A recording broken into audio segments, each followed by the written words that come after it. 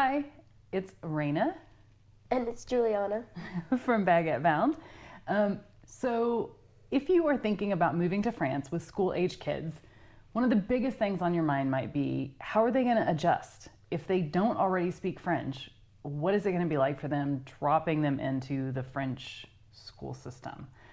So Jason and I have talked about this on other videos, but we thought it'd be helpful both for parents and kids to get Juliana's perspective on it, especially now that it's been almost 2 years, 2 full school years. So that's what we're going to talk about today. What it's like starting school in France, in French, when you don't speak French.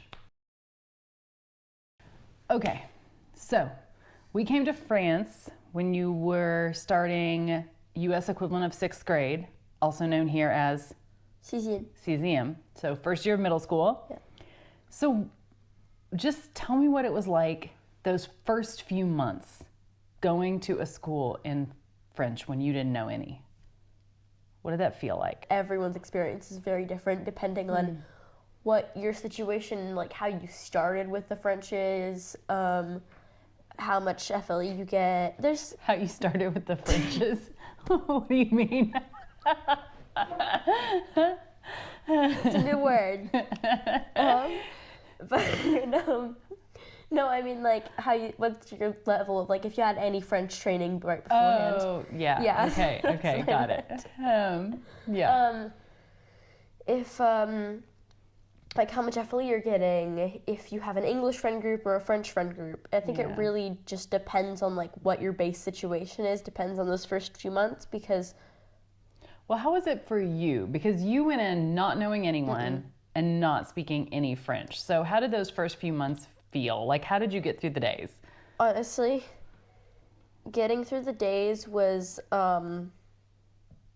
just a base of, I can read books and I can pass my days reading books, and also you're going to get really good at charades. You got to be really good at charades. But yeah, there was just like a lot of miming and a lot of reading those first couple months because there was just so much confusion. Yeah. Like, looking back, if you could do it over again, would you want us to put you in an English-speaking school, or are you glad that you went straight into a French-speaking school? I am 100% glad I went straight into a French-speaking school. Really? I think it's better to go into a French-speaking school because, one, it'll improve your accent if you have French-speaking friends. Because you're hearing that all day, you're not hearing English accented French. Oh, yeah. And then also, if there's a large English population at your school, you will become friends with the English people. I can guarantee it. Like, because you just gravitate towards them more. I mean, it's just like... It's easier because it's easier. It's easier because that's who you can speak with. You're not going to put yourself through extra... You're not going to put yourself through extra hurdles just because you can. Yeah. So I do think I'm glad that I went straight to French-speaking school. Yeah. I think that definitely helped with my pronunciation and just speeded me along faster. Yeah. So you think it was worth how hard it was the first few months to go straight into a French school? Yeah. Yeah, definitely. Yeah. Okay.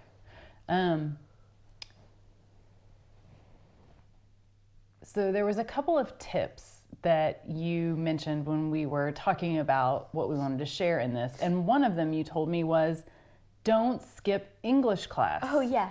I thought that was funny because you already know English, and the English level that they start in middle school is like, see Jane run. So tell me about why you think that's a good tip to not skip English school.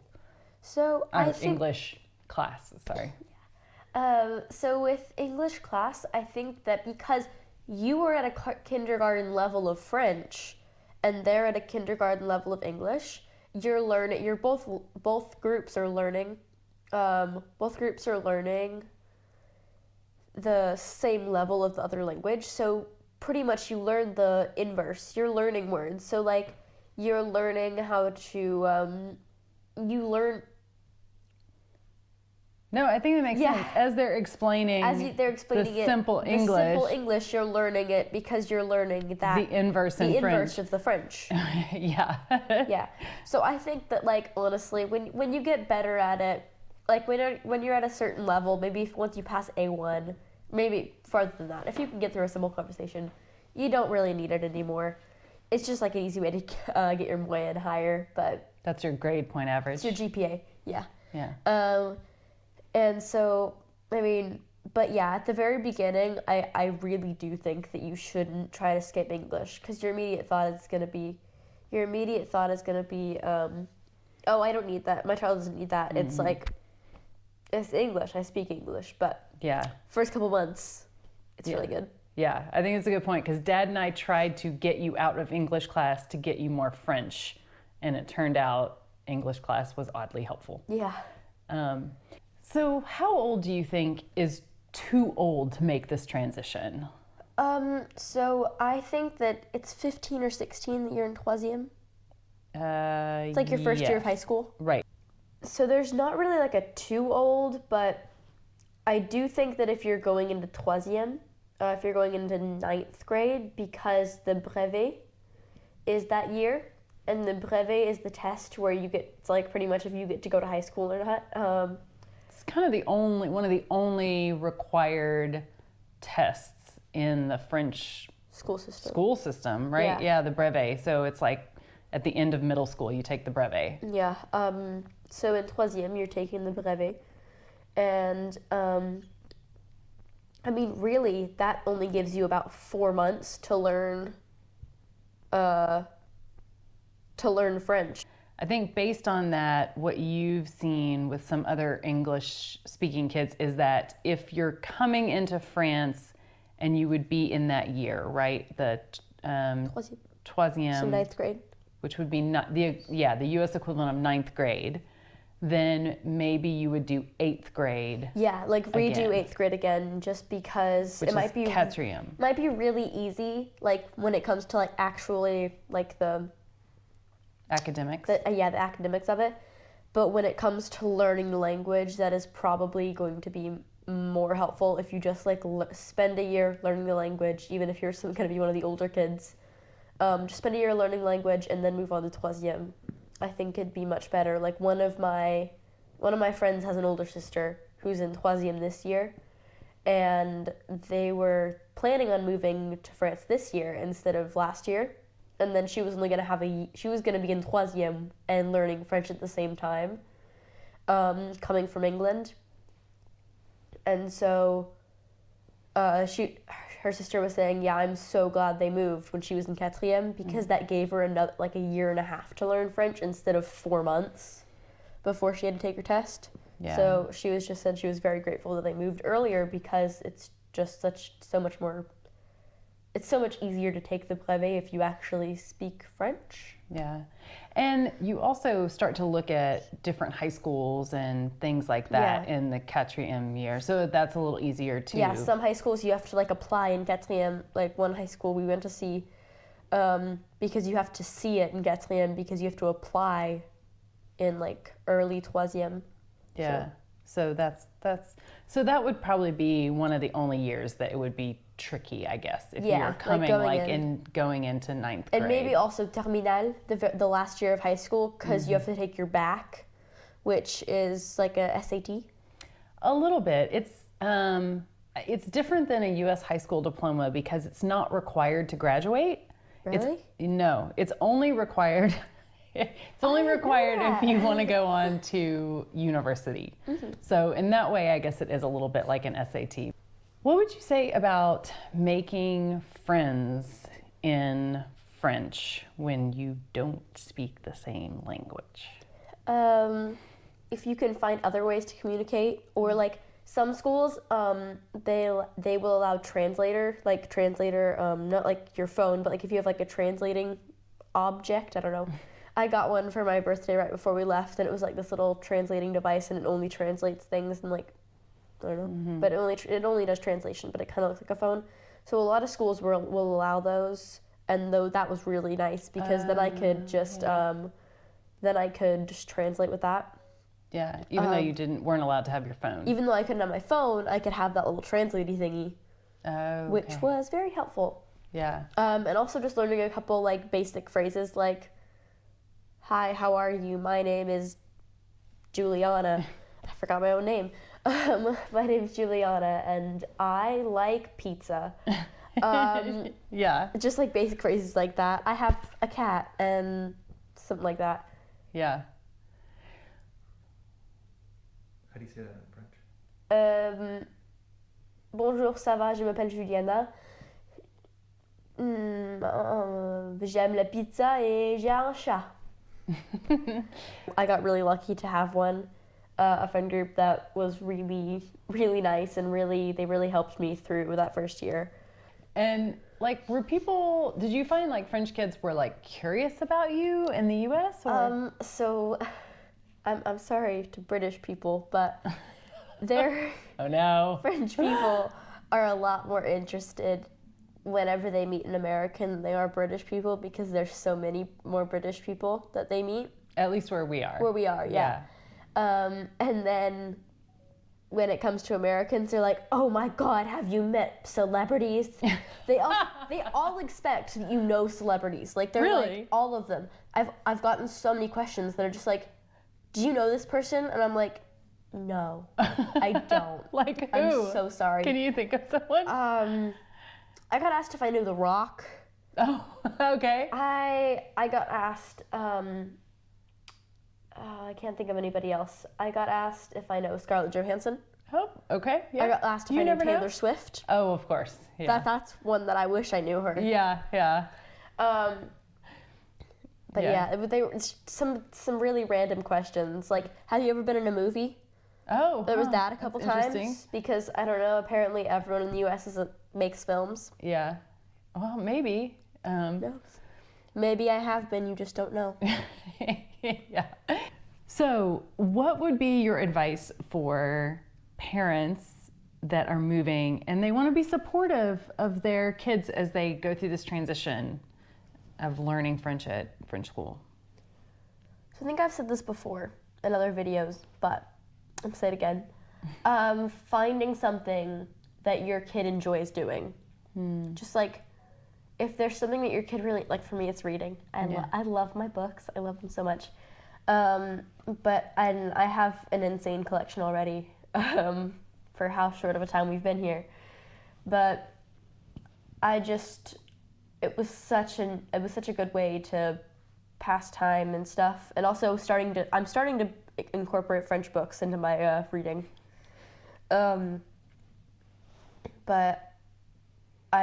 just finding something that your kid likes doing is probably a good thing, because don't be like, no, you have to speak French 100% of the time and you have to do all things in French.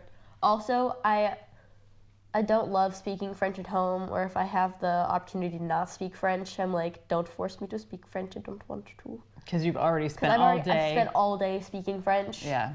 So I'm just like, I don't want to do it again. No more. Yeah. No more French. So we got you outside tutoring in French, and you were like, weren't really excited about that at first. But how has it been the last few months? The thing was that I just assumed that when you said outside tutoring in French, I just assumed Benoit.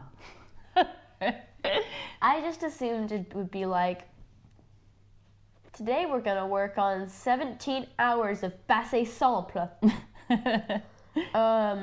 As you can tell, it's my least favorite conjugation tense. It's my least favorite tense.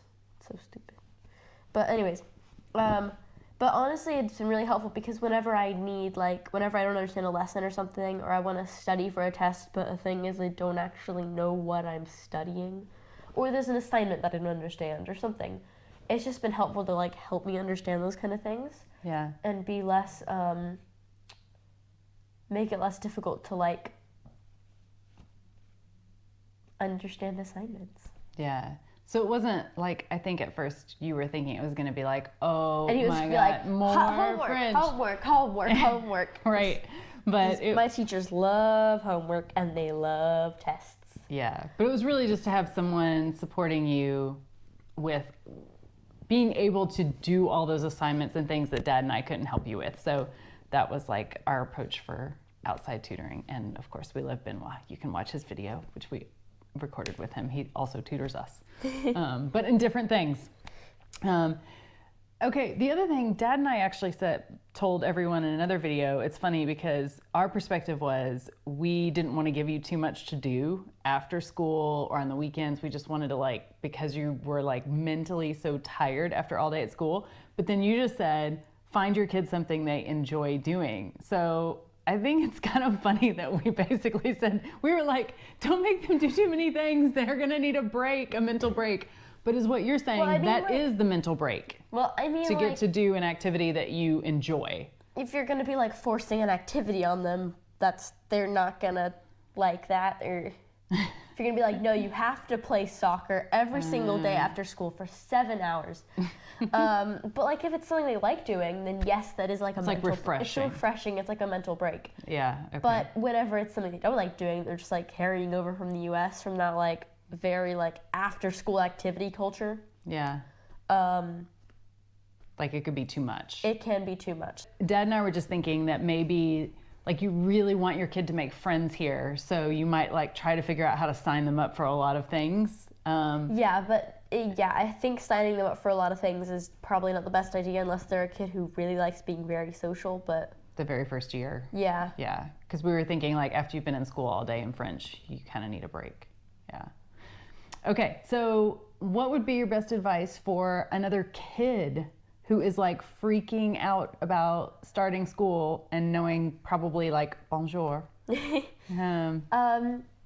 So be nice to your teachers and they'll be nicer to you when it comes to understanding things, or if you if your teachers think you're actually trying and you're not just being well, I'm English and I'm going to use that as an escape from everything, from nope, an excuse. I can't do homework, I don't understand it, I'm English. Yeah. They won't really like you. So if your teachers like you, they will be much more flexible. Not flexible, but much more understanding. Yeah, understanding about. Yeah. You don't understand everything, and I am really confused and really lost. And pretty much all your teachers will be sure, if you want to talk to me after class, feel free, because if you're confused. Yeah. So it sounds like if the teachers see that you're actually it's hard, trying, but you're trying and you have a good attitude. You're trying and you have a good attitude, then they're probably going to help you more. That'll go a long way, even if you don't understand. Yeah. Yeah. Okay. Okay.